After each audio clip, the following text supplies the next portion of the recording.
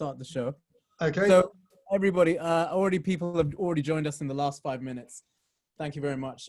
Greetings. I'm Sanjeev Silva, head and neck thyroid surgeon and director of Sapien Care, one of the two with Morris. So, leading on from last week's discussion where we discussed the collateral damage of cancer diagnosis and treatment due to prioritizing COVID-19 mitigation, we follow on by generalizing that topic on how it will affect our economy.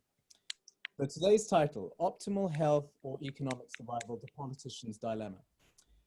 Back in February 2020, apart from the astute public health doctors, epidemiologists, and some historians who studied the Spanish influenza of 1918, nobody quite knew the magnitude of how COVID-19 could impact on our society, both in terms of health and wealth of the nation.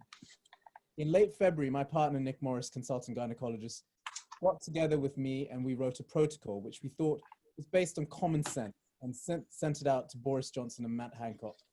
In summary, it was 4 points. Like Germany, we should mass test with reliable tests the random asymptomatic population and catch positive in the early phase and quarantine them. Number 2, like South Korea, contact trace COVID-19 positives and test and quarantine further positives. Number 3, scrutinize all UK airports and ports by restricting people in and test returning UK nationals to reduce the viral load into the country. And finally, number 4, lock down early and not just wait until we reached a critical uncontrollable mass. I was told by my finance friends in the city that I was just being overzealous.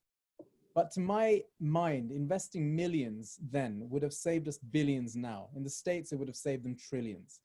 And more importantly, the UK would not have been among the worst afflicted per capita in the world, or among the worst. So today, we bring a non-medical panel of esteemed economists and entrepreneurs to discuss and debate the balance of economy versus health of the nation. We have Luke Johnson, an entrepreneur and author and Sunday Times columnist, Professor Anthony Neuberger, Professor of Finance, Nigel Edwards, Chief Executive at the Nuffield Trust, and finally, we've got Ray Gelato, London musician, who will say a few words on closing with some live music at the very end, which is our customary Sapien Care signature finish. As usual, send your questions in. We'll try and get through to them live. And be reassured, if you have to leave halfway through the webinar, you can always come back and play it on demand. So without further ado, I will hand you over to our esteemed chairman, Professor Stafford Lightman. Thanks very much. Well, thank you very much, Sanjeev, and welcome everybody to this webinar on optimal health or economic survival, the politician's dilemma. I'll go straight into this we have 3 very distinguished speakers today. And the first speaker we're going to have is Anthony Neuberger, who is Emeritus Professor of Finance at City, the University of London's Business School. He has frequently published on financial markets, financial derivatives and pensions policies. He started his career in the UK Civil Service, where he was a member of the Central Policy Review Staff, a think tank, under Lord Rothschild in the Cabinet Office. He worked with the Department of Energy before taking up academic positions at the London Business School and Warwick University. He's going to talk to us for about 10 minutes, and what he's going to be talking to us about is dealing with the pandemic, choices and trade-offs. Anthony. Thank you very much, Stafford. It's a great honor to be speaking to you tonight. One of the striking features of the war against coronavirus is the absence of any strategy at either national or international level. At the start of the pandemic, the UK did have a strategy. It considered that the virus was so widespread internationally that it would become endemic, that a vaccine was a remote possibility, that there was little that could be done to alter the total number of citizens ultimately infected, that the object of policy should therefore be to squash the sombrero, to reduce and delay the peak. Reducing the peak would make the demand on health services more manageable. Delay would shift the peak out of the winter season and also give more time to learn how best to treat the illness. Lockdown, with all its social and economic costs, would be used as a tool not to suppress the virus, but to keep the level of the infection at a manageable level. It would probably have to be used several times, but for rather short periods, until widespread immunity would mean that the virus was no longer an existential threat. Testing and quarantining arrivals into the country were largely irrelevant. That strategy, call it herd immunity, was abandoned. Parents were withdrawing children from schools, places of work were closing down. The likely level of deaths from following the strategy, 250,000 or more, was unacceptable. The government did an abrupt volte-face. But from that point on, the government lost its nerve. It abandoned the old strategy, but did not come up with a new one. To me, it seems there are broadly two alternative strategies going forward. One is suppression, the other is living with the virus. They're quite distinct, and they lead to very different policy prescriptions. The government has never committed fully to either strategy, and its failure to do so is likely to be very costly. Under the suppression strategy, the goal is to eliminate the virus from the country. The strategy of suppression has the great advantage that once you've achieved it, you can relax most of the restrictions on ordinary life.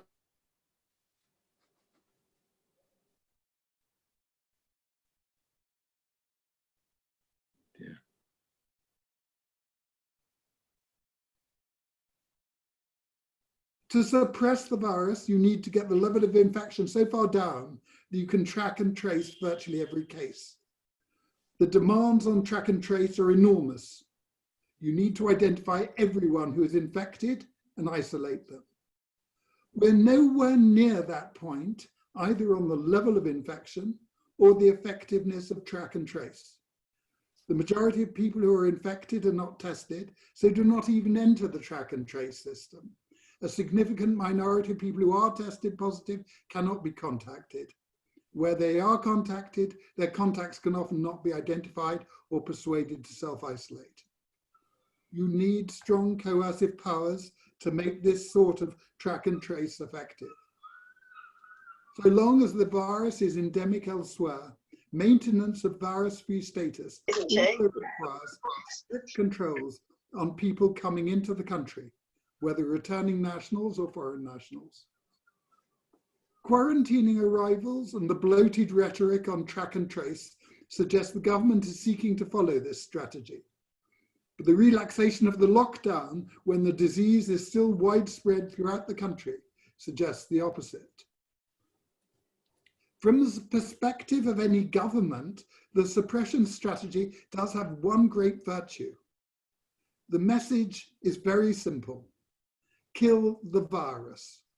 It is so simple and well-founded on fear that public support, even for the extreme measures that are necessary, may well be forthcoming. It is a strategy that even a politically weak government, such as we see in many other countries, can actually hope to follow it. The alternative of living with the virus means that you need to maintain strong restriction on normal activities universally and indefinitely. If the disease is endemic in your country, you must create an environment where it does not grow uncontrollably. The famous R number needs to be held below 1. Given that the R in normal levels of interaction among people would be around 3, that suggests continuing strong restrictions on what people are allowed to do. In this strategy, track and trace has a subsidiary role to play, which is quite different from under the suppression strategy. By imposing additional restrictions on those who are most likely to have the infection, it brings the R number down and allows the rest of us to live slightly more normal lives. Given the leakages in the system, the people who are never tested, the degree of compliance, it is hard to believe that a voluntary track and trace system in a country where the disease is endemic can reduce the R number by more than about 10% at the most. quarantine is also much less important than it is under the suppression strategy. The objective is only to stop foreign arrivals being a significant source of infection, rather than preventing any infection coming from abroad. The living with coronavirus strategy means a long-term policy of rationing R. The choices and trade-offs are acute. Schools versus travel, recreation versus business. In the absence of clear leadership backed by popular consensus, we will end up with a free-for-all where individuals increasingly follow their own preferences, and the government is forced to respond to a high R by shutting down the bits of the economy it can control, schools say, or travel, or by a return to lockdown. It is an outcome which is both unfair and inefficient. And since the strategy will need to continue for many months, even years, it will cause deep and lasting damage. The demands on government are much more complex under a well-managed strategy of living with coronavirus and of suppression. It needs to be able to conduct a rather complex debate with the electorate and then get public acceptance for a set of restrictions and restraints that will inevitably strike many as unfair and arbitrary. What I find alarming is that the British administration, which appears to be less competent and less trusted than perhaps any we have had in living memory, should be embarking on a strategy that demands so much of it. My fear is that we do not as a society make choices and trade-offs, but rather lurch from lockdown to relaxation and back again, supported only by a blustery, jingoistic hope for the arrival of some Oxford St. George on his vaccine to rescue us from the Wuhan dragon of the virus. Well, thank you very much. That's a very good introduction, because that's clearly an area that we're all going to want to discuss around and talk around as this webinar goes on.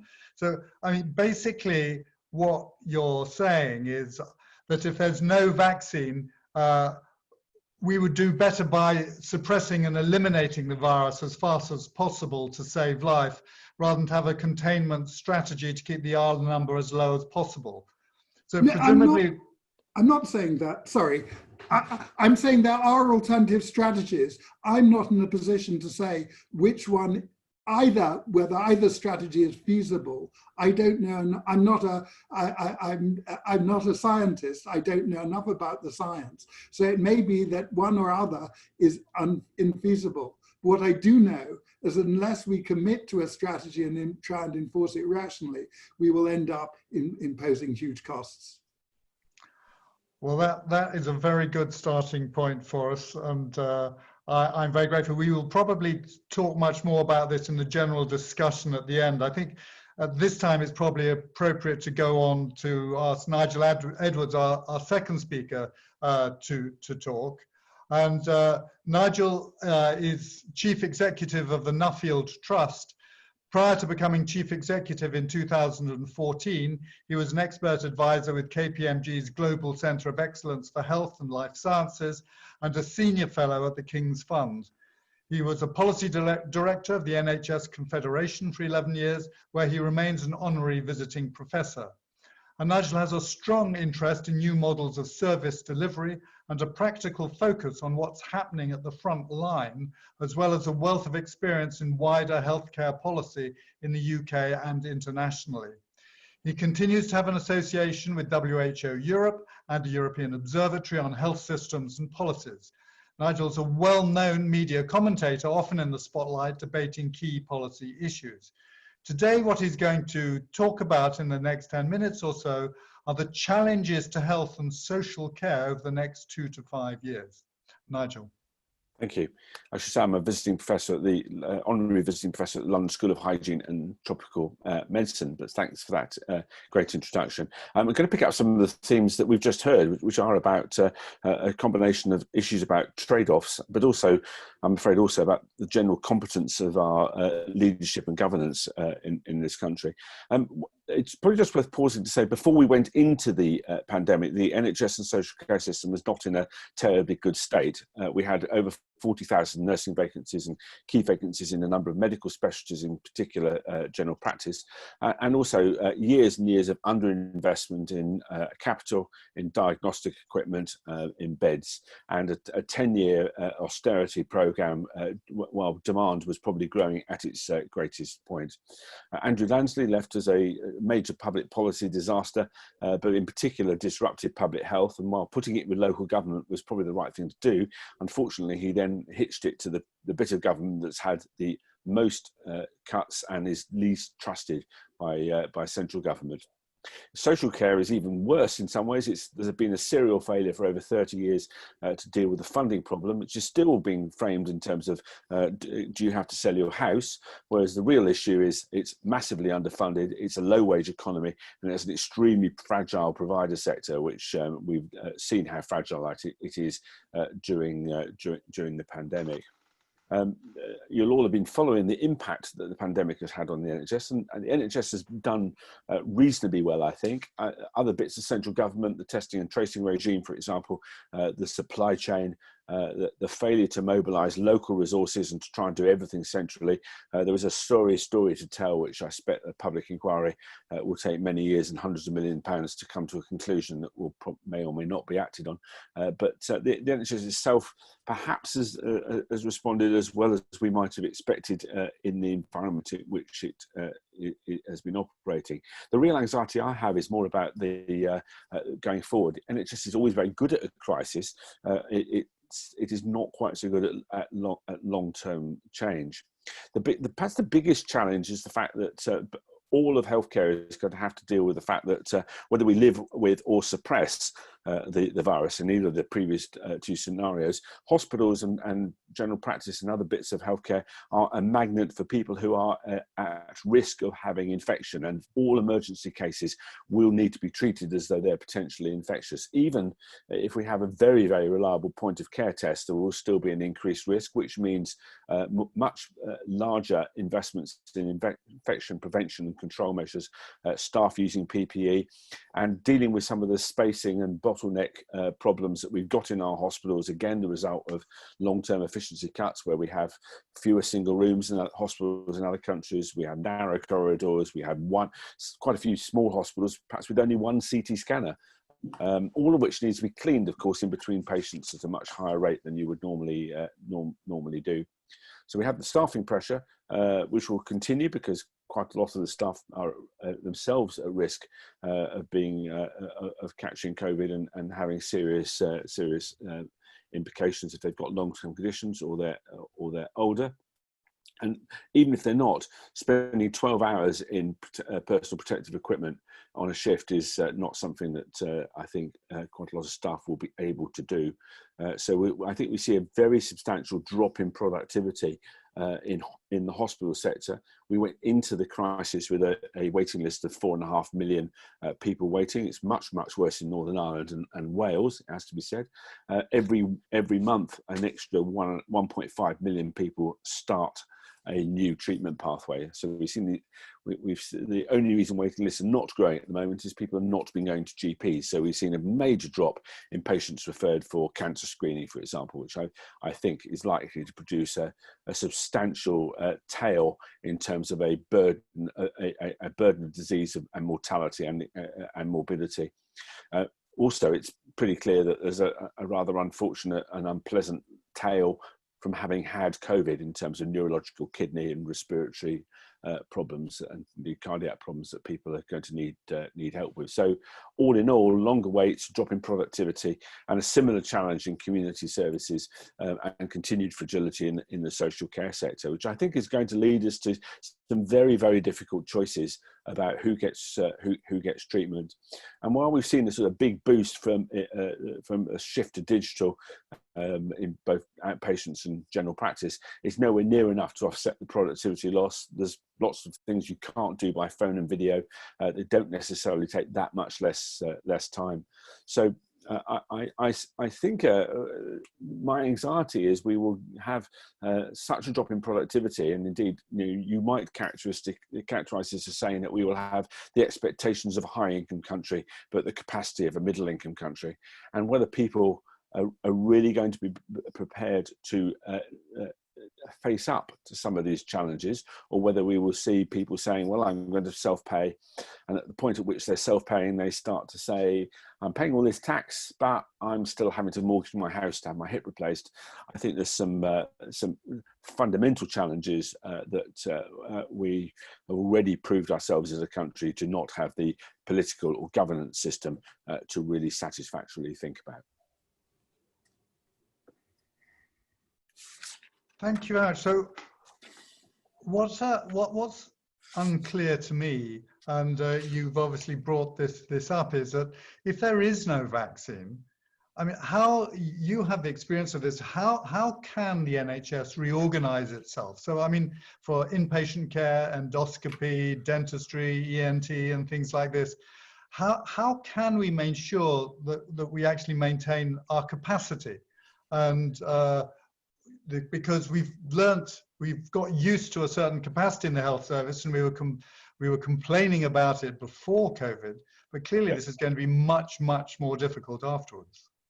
Very good, but quite complex question there. So for dentist, it's just worth mentioning dentistry, because unlike the rest of the NHS, it works on a fee-for-service model. So the entire business model of dentistry relies on being able to treat the number of patients that they were previously treating. 50% of people in the UK have private dentistry, and their business model is shot. And there is not an easy solution to that, because they're working in premises that don't really allow themselves to have, say, a break of 30 minutes between patients, or to use very advanced PPE. Because it will add to the cost of every consultation to a point that it would make it uneconomic for many people. For elective surgery, for planned surgery, the proposal at the moment is that patients will be tested. They'll be asked to self-isolate. They'll then be tested again, and that's quite challenging. I mean, it may well be patients opt not to have surgery, but the mortality associated with having a general anaesthetic if you are infected with PPE is truly frightening. So it'd be very important for people to be tested prior to that. For other types of treatment, particularly treatment where people are attending as emergencies, it would be necessary to effectively treat everybody as though they are potentially infectious. Which means enhanced PPE for the staff, which means lots more time, take it on and take it off when you're seeing the patients. Social distancing. Most of our emergency departments were already seeing between 30 and 100% more patients than they were designed to, and social distancing in them is not really possible. So the whole emergency care system will need to be rethought, and I suspect we may need to move to a model like they have in Scandinavia, in Denmark and Norway, and in the Netherlands, where you don't get to go to the emergency department unless you are sent there by even an ambulance service or a telephone advice service. So these are really fundamental changes in the way that both services are provided and experienced by patients, and I think it's going to take a lot of getting used to. And just a bit more, this is just to help us in the general discussion later, so that what do you think, or what have you learned, and what should we all have learned about the need for local rather than centralised decision making? That's a very good question. I think my anxiety about the NHS prior to the pandemic is that it's an outlier compared with other developed countries, in that no one else is trying to, even other NHS type systems are trying to run the system nationally from the centre. In fact, the centre of the NHS has not done badly, but various things run by the Department of Health, test and tracing, tracing, supply chain, have all suffered, and indeed things like volunteering as well, have suffered from the fact that the people at the centre do not know enough about what is happening on the ground. They don't have the connections or the relationships. It's all too distant, and it's all too easy to imagine that you can think of the solution. And I think for me, one of the sort of, it's always dangerous to have things confirm one's prejudices, but the prejudice here that the NHS should be run on a much more local basis, with much less central interference, and only central interference on those things for which it adds value. So in Germany, for example, the federal government has stopped the Länder from competing with each other to bid for PPE equipment, but they haven't tried to, for example, direct their testing and tracing regime. Nigel, thank you very much indeed. I think it's now the right time for us to move on to Luke Johnson, and He probably doesn't need an introduction to many people since he's been on the media so often, but Luke is a leading figure in private equity, and he serves as chairman of Risk Capital Partners. He's the pioneer behind several instantly recognizable high street brands. He grew Pizza Express from 12 restaurants to over 250. He also started Signature Restaurants, which owned the Ivy, Le Caprice, and the Belgo chain, before establishing the Strada restaurant concept. He's also chairman of Startup Britain and created a think tank in 2013 called the Centre for Entrepreneurs. He was chairman of Channel 4 Television from 2004 to 2010 and has served as chairman both of the Royal Society of Arts and of the Institute of Cancer Research, and until 2015 contributed a weekly column to the Financial Times. So he's clearly got a very broad interest in our society and the way it works. And Luke's going to give us a talk now on what he calls an entrepreneur's perspective. Luke. Yes, your heading for this was optimal health or economic survival, and clearly we have to have both as best can be achieved. Since March, there has been this unrelenting obsession with COVID, which I think could be justly termed a mania. So far in this country, or at least I think in England and Wales, we've had 42,000 deaths, which is fewer than 10% of the likely annual deaths. And the response of lockdown has triggered a vast collateral damage, which I think is going to be very difficult to measure, but may well in time outweigh the harm of the virus itself. We currently have over 9 million workers on furlough. Total cost of the taxpayer so far of 250 billion, which has taken our national debt to over 2 trillion. I would say there is potential unemployment before this is over of 4 to 5 million. And it will probably be the worst recession, as the Bank of England put it, in 300 years. And that's just the economic damage. The non-economic harms of increased deaths from cancer and heart disease and mental health issues that haven't been treated because of the obsession with COVID has also to be taken into account. I believe most infections actually didn't happen in the community, but in hospitals and nursing homes. And obviously a high proportion of the deaths happened in nursing homes. And I think universal lockdown missed the point of protecting the vulnerable. And protecting the NHS actually led to increased deaths in nursing homes. And I think this will be the worst scandal of this horrible episode. And the fact is, by locking down every citizen, we ignored the fact that if you're under 60 with no comorbidities in England, there have been only 300 deaths in hospitals. The disease killed an average, I think the median age of people who've died in this country is about 80, and 95% of the people who died had a comorbidity.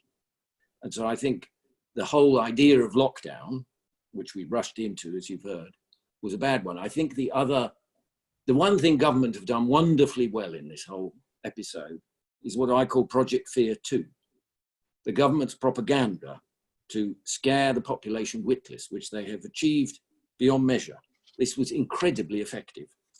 According to an Ipsos Mori poll recently, Britain is the most frightened of 28 countries. The media, it has to be said, has played a big part in this too. So what we now have is cities that are largely deserted. I've been to 5 cities in the last week or so. So the shops, offices, stations themselves are empty. Public transport, I think you can reasonably say, is barely functioning. And I would say that output across the country as a whole is probably 25% below usual levels still. Whereas I think at the worst point, it was probably nearer 40% below. I think as a nation, we are beginning to lose our work ethic, and we face an epic reckoning on many levels. Government spending and borrowing has anaesthetized the pain, but the very real harms will be lasting and widespread. This much debt and bankruptcies and so much dislocation will take many, many years to recover. let alone the harms to children's education, the damage to things like charities and universities, and indeed the thing that is so often forgotten in all this, the complete loss of all our basic freedoms, never before in history. And it has exposed, as you've already said, very serious incompetence and incoherence in many institutions. Public Health England, Department of Health and Social Care, I would name. But also, I think I'm afraid to say, our utterly irrational obsession and worship of the NHS, which I think is simply not the best healthcare system in the world. We have, for example, too few hospital beds, too few doctors, too few CT scanners, MRI units. We don't do as well on many measures as a lot of other healthcare systems. It cost us at least 170 billion a year in normal times, a lot more this year. It's doubled in real terms since 1997. So we now spend above the OECD average, but the outcomes are worse. The trouble is, reforms are impossible, and I'm afraid with the Thursday night clapping and so forth, even questioning it is akin to becoming a heretic. It is simply too complex, and without choice and competition to a serious degree, I'm afraid it's part of the dysfunction of our country. So what I think we now have is a nation with its confidence destroyed, over-frightened, the ongoing massive frictional costs of things like social distancing, a huge ongoing burden on quality of life, inhibited liberties and opportunities because of our intolerable sentimentality and to deal with the fundamental basic concept of death. And I think it's also exposed, I'm afraid to say, this awful episode, many structural issues with our British economy. I think lockdown a second time would be impossible because I'm not convinced we would be actually able to borrow the money to do it. So I think we will have to learn to live with the virus unless we vote or volunteer to be much poorer, less free, much less happy. And I have to say, lockdown as itself is not a proven policy. There's only ever been low quality papers and weak evidence for it. I think it's quite possible that we will end up suffering more than any other major economy in terms of unemployment and reduction of the size of the economy, wasted taxpayer money and so forth, partly because of our worship of the NHS. Obviously, it's also because of an aging population. I have to say, I also think that this whole episode is a pretty extreme example to me of defending the old and punishing the young, because the young are the ones who are going to inherit this debt. The young are the ones who are going to lose their jobs and the opportunities destroyed for perhaps a generation. And ultimately, it's very straightforward. We spend an enormous amount already on healthcare, particularly this year. We've taken on an enormous amount of debt. We can only possibly afford this if we have a successful economy. So the idea that we would continue to destroy our economy and discourage investment and inhibit entrepreneurship and crush any animal spirits is madness itself. Only wealthy countries can afford strong healthcare systems. So we have no choice. We cannot possibly afford lockdown. We need to end it soon. We need to focus on the other side of the coin, which is stopping the untold misery of perhaps 5 million jobs if they're lost. And stop living in a fantasy land where we think we can spend, the government said whatever it takes. Well, actually, we can't afford whatever it takes. Just as health economists put a price on a life, I'm afraid as a nation, we are going to have to put a serious price on things like lockdown and conclude, as France has done, that a second time round is quite impossible and that we have to live with the virus. Well, thank you very much. That's a very strong point of view that you put there. Perhaps you can just clarify what actually you are suggesting. So what, if you were if I was Prime in Minister, charge, what would on you do? Saturday morning, I would end all social distancing of any kind. I would let everything open completely. I would end all government propaganda that is frightening the country rigid in a ludicrous fashion. And I would let life resume, because I think at the end of the day, you know, no one is properly measuring the collateral damage, but it is, I think, already probably greater than any harms that would have occurred with the virus. And I think we have been fooled from the beginning by exaggerated risks and exaggerated threats that have not come to pass and would never have come to pass. And I don't think lockdown is what's prevented them from coming to pass either. It hasn't happened in Sweden, and I don't think it would have happened here. So I presumably then the economic question about this is whether having ongoing virus without a vaccine for years on end, we don't know how long, is actually going to be economically viable with repeated breakouts in different areas, whether that's a better way of doing it than actually trying to get rid of the virus. So that's what you would be suggesting. I think we will end up treating it like another flu. All right. Anthony, would you like to comment on this? It's got a certain appeal. It was the strategy which was being followed until the reversal. That it's a strategy which really no other country, I think, including Sweden, has actually followed, because the burden of deaths has simply been regarded as unacceptable.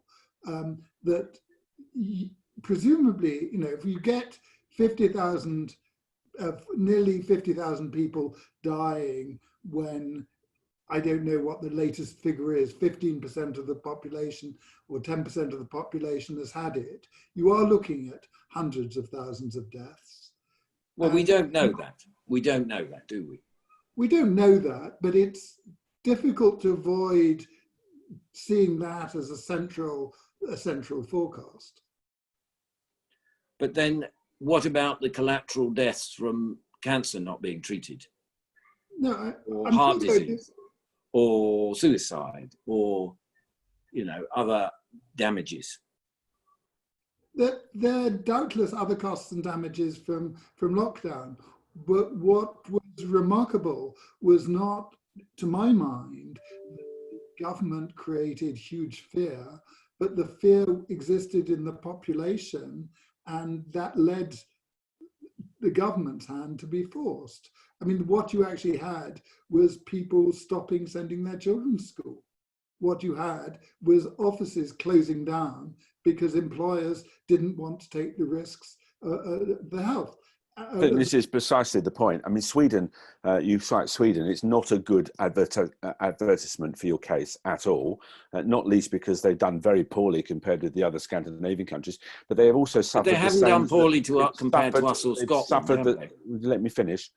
They've suffered the same level of economic damage. Not true. Not true. Your facts are wrong. Well, their economy grew. You have to have that argument with The Economist, but which is where the data that I'm currently looking to comes from.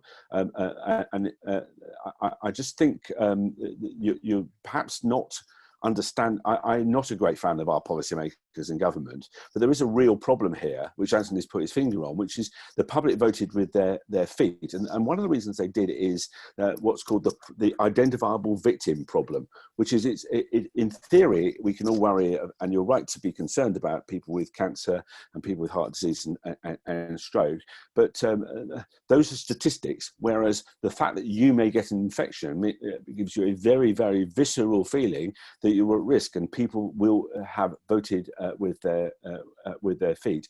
And we can see the effects of the policy that you're recommending currently playing out in Arizona and Florida and other parts of the USA, where they've locked down, they've eased their lockdown pretty rapidly, and at a point when the R number was still quite high, and they're likely to suffer some very substantial consequences, economic and in terms of.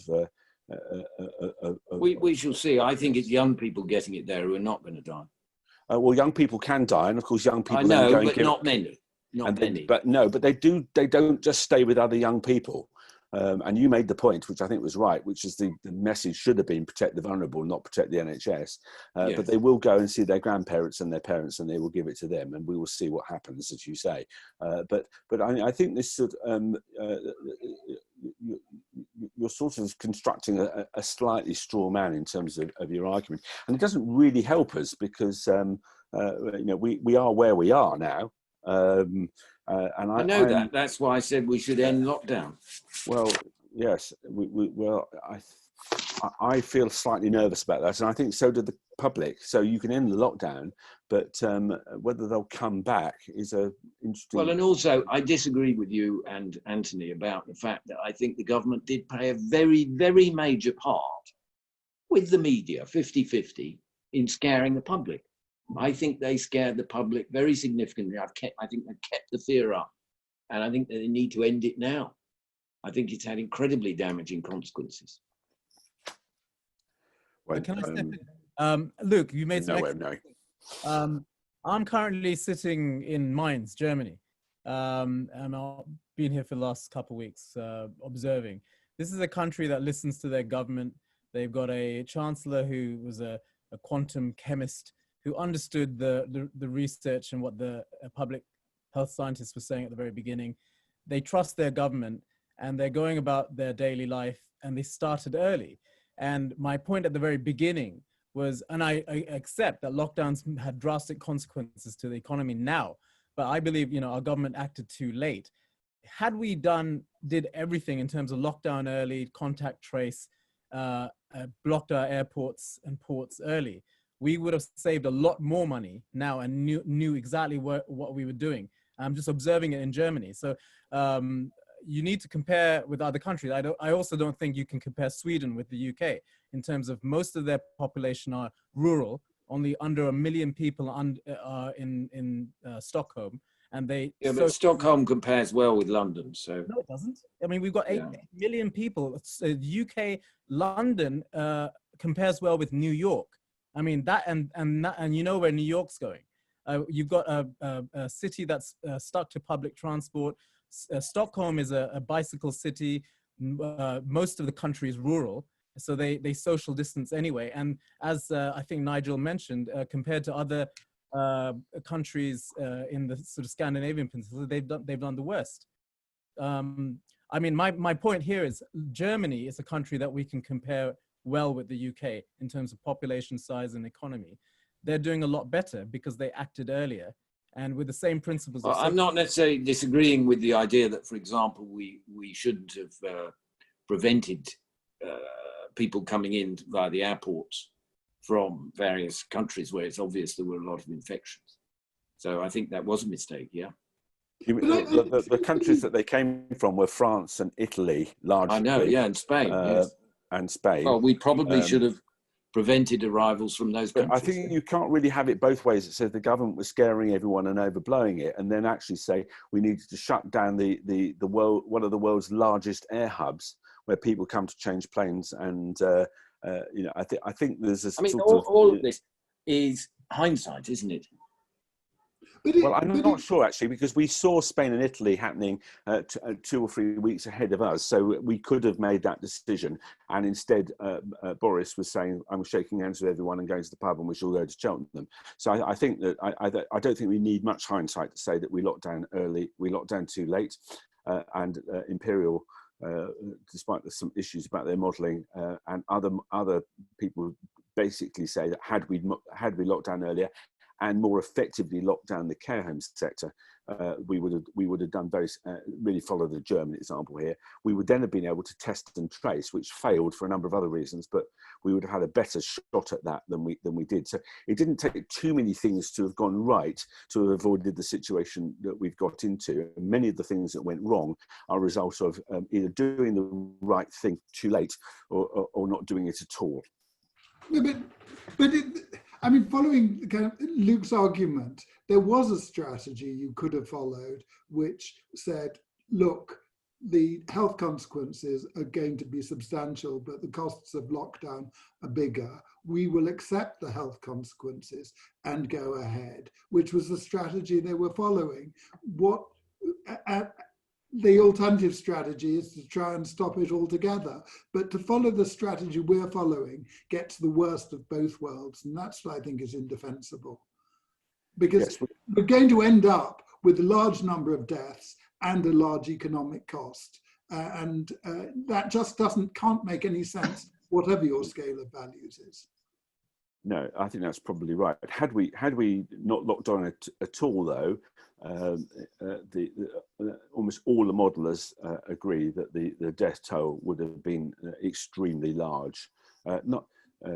And we probably. But their model for Sweden, Imperials, for example, was ludicrous, and their model for America looks ludicrous. So I'm not sure they're sort of the models they were seriously. Well, they were the model numbers they were quoting were without any action to contain the infection, and those numbers do look very frightening. And I think they probably Imperial have something of a record of overstating the numbers. Certainly do. Yes. But look, even if they overstated them by 2, that would still have been quarter of a million people. Or 10. But what do you think? Well, they didn't do it by 10 because we've already gone over there, it being 10. So, and actually, the numbers you're quoting for COVID, okay. But what do you think is going to happen in the UK? Because presumably, the number of deaths has gone down sharply, but the level of infection seems to be, as far as one can see, leveling off. We're slackening controls, but presumably the level of infections will rise again. How many deaths are we looking forward to, if that's the right expression? And how many deaths are we expecting to come? If this is just the first stage of the virus and we're not actually closing it down, aren't we going to end up with the figures in a 6-figure death toll? It's hard to tell, but it's not impossible. It doesn't happen all at the same time, and I think that was the big anxiety, because had it happened at the same time, then you definitely would have had even more collateral damage than you would have done of spreading it over a long period. Does anyone have any views about why did South Korea do so well? Testing and tracing. Habitual, they'd had the experience of SARS.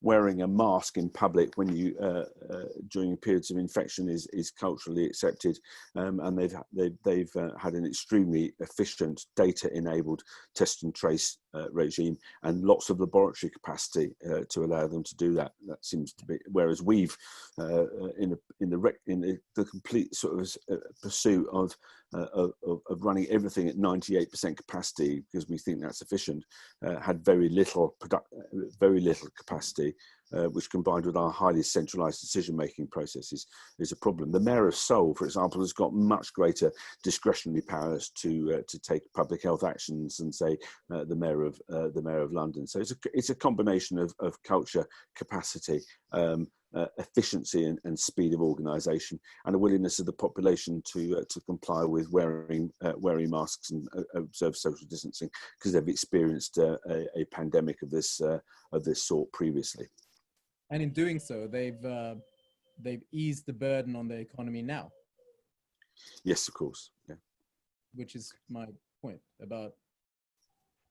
Can I just also add a caution about national characteristic generalizations? Because one of the things which I think has plagued public policy was the assumption early on that the British are a proud independent race who will never succumb to the infringement of their freedoms, unlike the more subservient Asiatics who are used to wearing masks and doing what their governments tell them.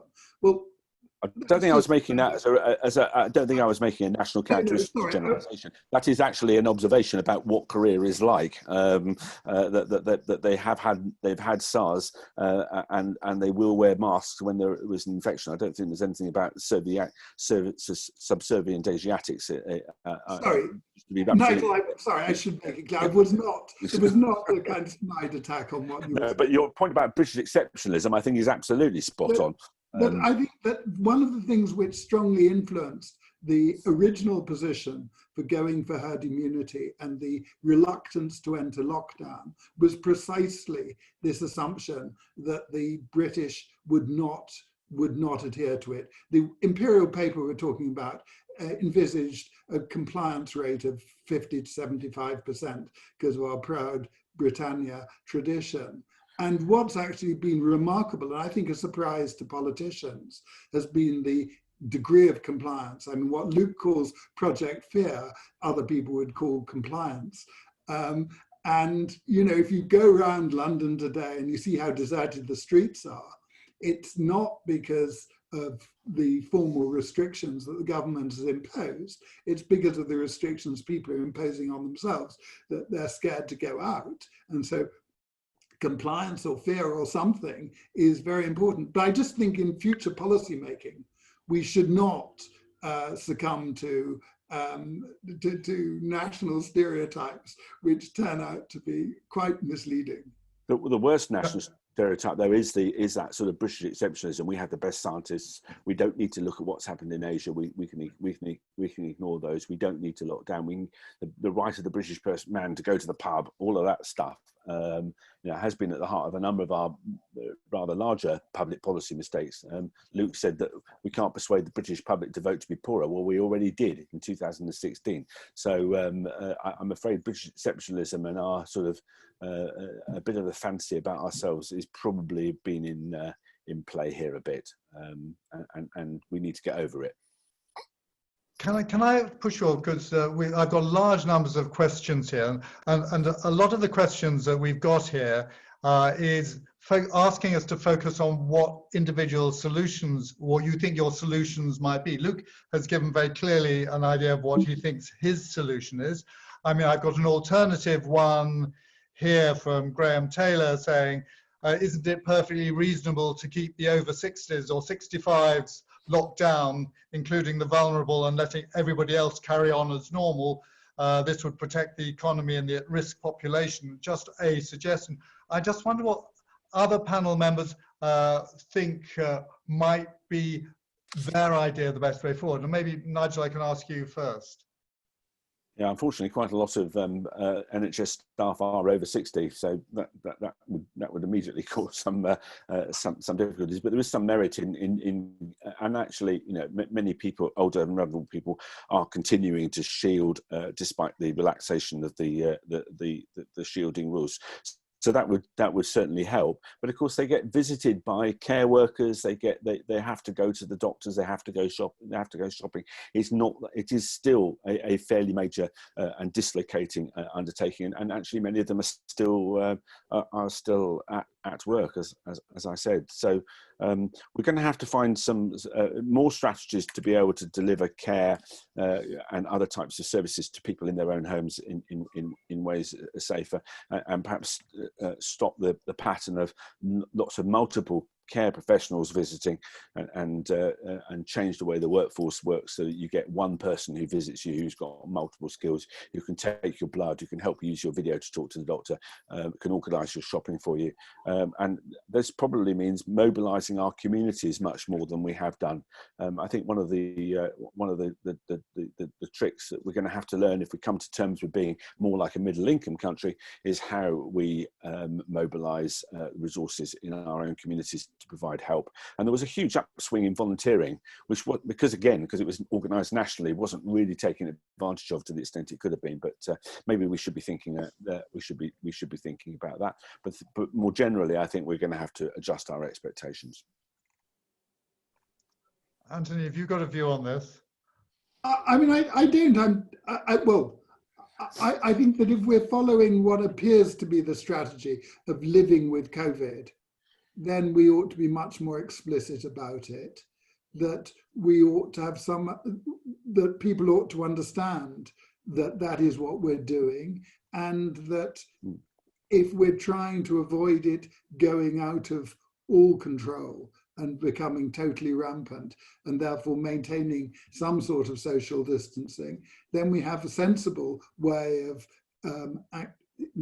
talking about it and controlling it, so that we do it at minimum economic cost and minimum economic and social cost. But I think the start of it would be actually recognizing that what our strategy is. And it would have lots of implications. For example, it would mean that track and trace would try and, instead of imposing 2 weeks quarantine on anybody who's a contact, which seems unlikely to work and seems likely to discourage people from participating. Just a more gentle objective of trying to ensure that contacts of people who are infected get tested and then isolate if they and isolate until they're tested, or if they then test positive. That would be a kind of more realistic and more practical way of reducing the amount of infection in the community. There are loads of things which would follow if one were only much more explicit and clear about where we were going. Yeah, absolutely. Nigel, can I tell, there's another question here from Dr. Liz Miller suggesting that track and trace is a complete waste of time in the situation that we have. I mean, what would you feel about this? I mean, it doesn't seem to have worked very well. Well, it hasn't worked partly because we haven't had the testing capacity, and we also haven't mobilised local government, which should have had the capability to do this, but we chose instead to procure it centrally. And at the moment, the number of people who are actually successfully contacted and then tested is not sufficient to make testing and tracking work. I mean, when the overall prevalence falls, then it will become a much more viable strategy. I think at the moment, because there's still quite a reasonably high level of cases in the community, and because we haven't, due to some reasons I'm not entirely clear, I've managed to get our act together on it. It's really not delivering the sort of results that we would expect, or that we've seen in Germany or Korea, for example.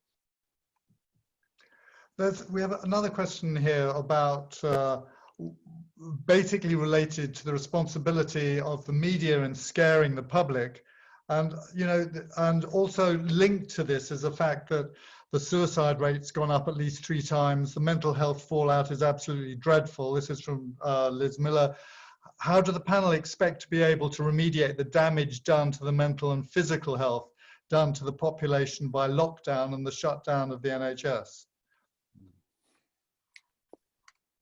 Probably Nigel should start that one. Yeah, so we're probably, Luke made the point of people being scared. I mean, there's quite good research which shows that if you're continually reminded of something bad, it forms a much higher level of importance in your mental calculus than it would otherwise. So a colleague of mine was saying that she's failed to persuade one of her patients to go to hospital, despite the fact she had an obvious gastrointestinal bleed that needed immediate attention because she was afraid of getting COVID, whereas the fact that her main risk was exsanguinating in the next 48 hours. So there's a sort of mismatch of people's risk appetite, and it may well be that as the balance of the news changes, people will take a more reasonable calculation of risk and perhaps become less scared.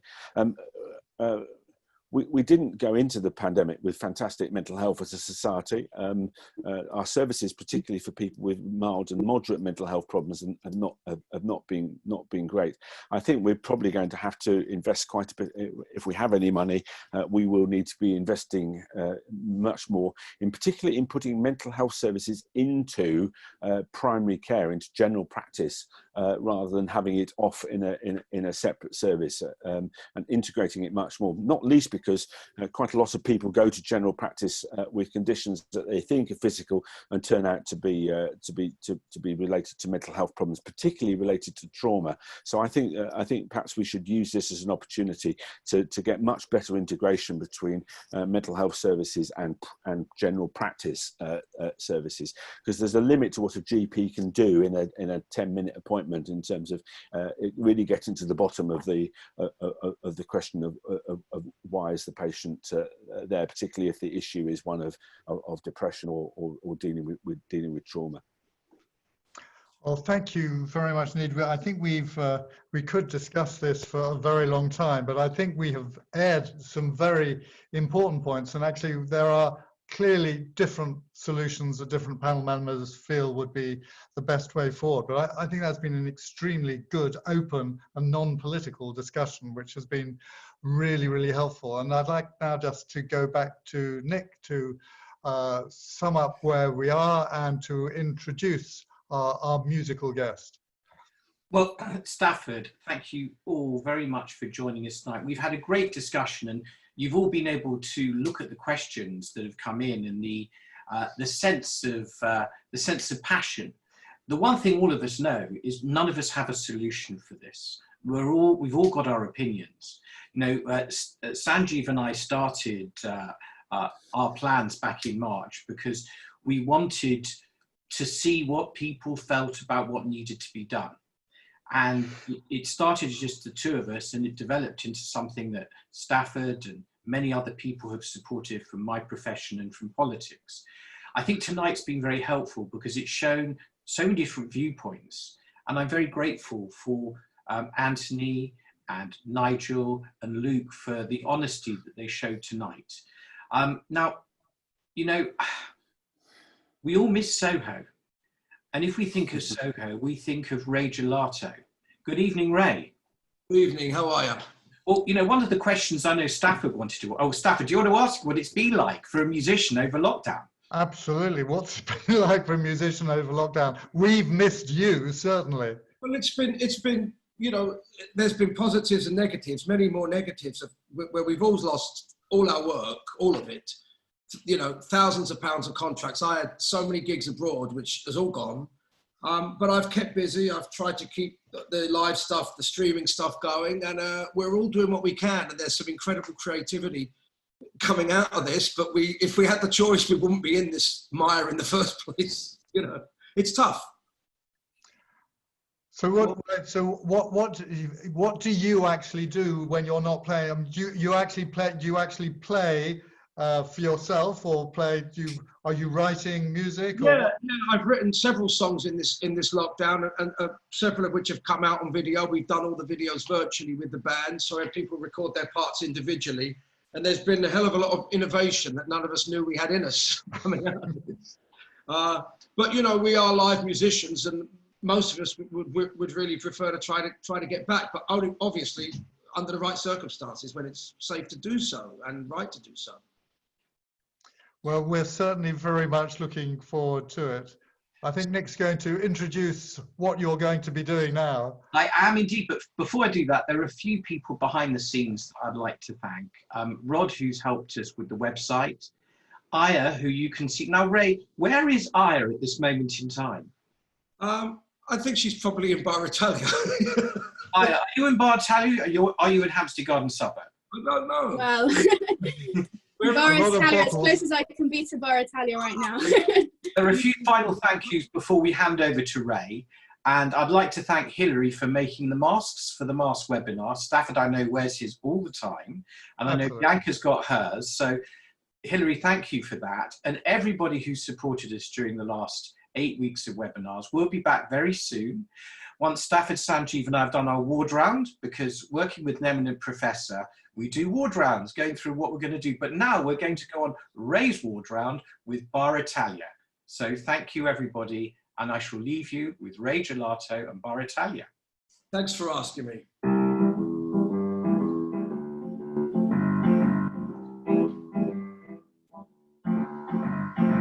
It's just a little place where good friends come to meet. This old cafe is better than the rest. In the heart of Soho, man, you gotta go. The coffee that they serve there, it's the best. You could get a nice panino, sit out and signorino, catch up on news with old Luigi P. Tony's place is fine, just like a good old wine. Bar Italia is the place for me. Everybody, Bar Italia, Bar Italia. On number 22 on Old Fifth Street. Bar Italia, Bar Italia. Mangiamo and grab yourself a seat. Bar Italia, Bar Italia. It's right next door to L'Italy.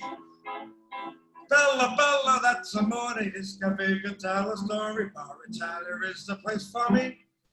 You can get a strong espresso, a frothy cappuccino. The gadget machine, it starts to steam. With Rocky looking down, the folks from out of town, they like to think they're in a movie scene. There are characters galore, just lining at the door, wondering just what it's all about.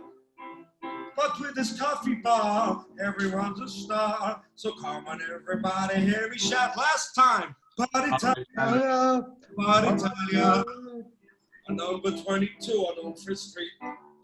Bar Italia, Bar Italia. Mangiamo and grab yourself a seat. Bar Italia, Bar Italia. Grazie mille, say, bellissimi. Bella, bella, that's amore. This cafe can tell a story. Bar Italia is where you wanna be. Bar Italia is the place for me. Ray, thank you very much. And thank you very much, everybody, for joining us tonight. And we'll see you very soon. Thank you. Good night. Good night. Good night.